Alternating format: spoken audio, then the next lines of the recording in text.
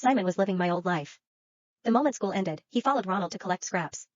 Because of what he had done at the orphanage last time, Ronald had been deeply moved. Compared to what I went through before, Simon was spared much of the hardship.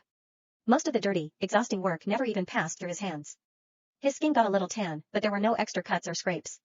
Even so, Simon was not willing to endure even that much. He cornered me in the bathroom, grabbed my collar, and yelled at me like he had lost his mind. When is this miserable life going to end? When did you start the company? Tell me. Collecting recyclables must have built up his strength. His grip was much stronger. It was tight enough that I was struggling to breathe. Terry walked out of the stall and saw what was happening. Without hesitation, he kicked Simon away. What are you doing? You psycho. Simon really did look unhinged. A second ago, he had been raging, but he was laughing at that moment. Fine. Don't tell me. The hardship I'm going through now is only temporary. But it's different for you, Wesley. Enjoy your life while you can. It won't be long before you're homeless. I knew that. I intended to make the most of the opportunity this time. Last time around, I barely finished high school before Ronald pulled me out full-time to collect scraps with him. Even after I eventually founded the company and hired plenty of highly educated professionals, I could not shake the regret of never having finished high school. It was not that I was unwilling to tell Simon when the company would be established. The truth was, given how things were unfolding, I could not guarantee that Summit Forged Steel would come into existence. Back then, it had not been long since Ronald forced me to drop out of school to collect scraps with him. There was a large construction site being developed on the south side of the city. Ronald took me there to look for scraps.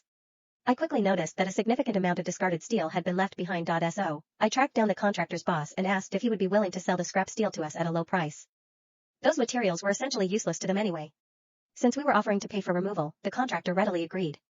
Ronald thought I was wasting money. In the end, I used the small allowance I had saved from my time at the orphanage to buy a modest amount of scrap steel. I had to beg him to let me haul it back home.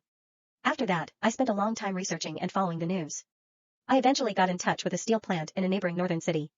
I resold the scrap steel to them even though it was not a lot. Ronald still made a considerable profit from that deal. From then on, he began to trust my judgment. He returned to the contractor and purchased a large batch of scrap steel to resell. We used the money we earned from flipping scrap steel as our starting capital and traveled from city to city. That was how Summit Forged Steel eventually came into being. Ronald had no real sense of fudgment. That was why I was the one who handled every part of the process, beginning from sourcing the scraps, purchasing steel, securing warehouses, building the plant and bridge engine equipment. There were many times when others grew jealous and retaliated. I survived more close calls than I could count. Only someone who lived through it could understand how brutal those years were. Simon was simply waiting for Ronald to somehow conjure up a steel company out of thin air. It was nothing short of daydreaming.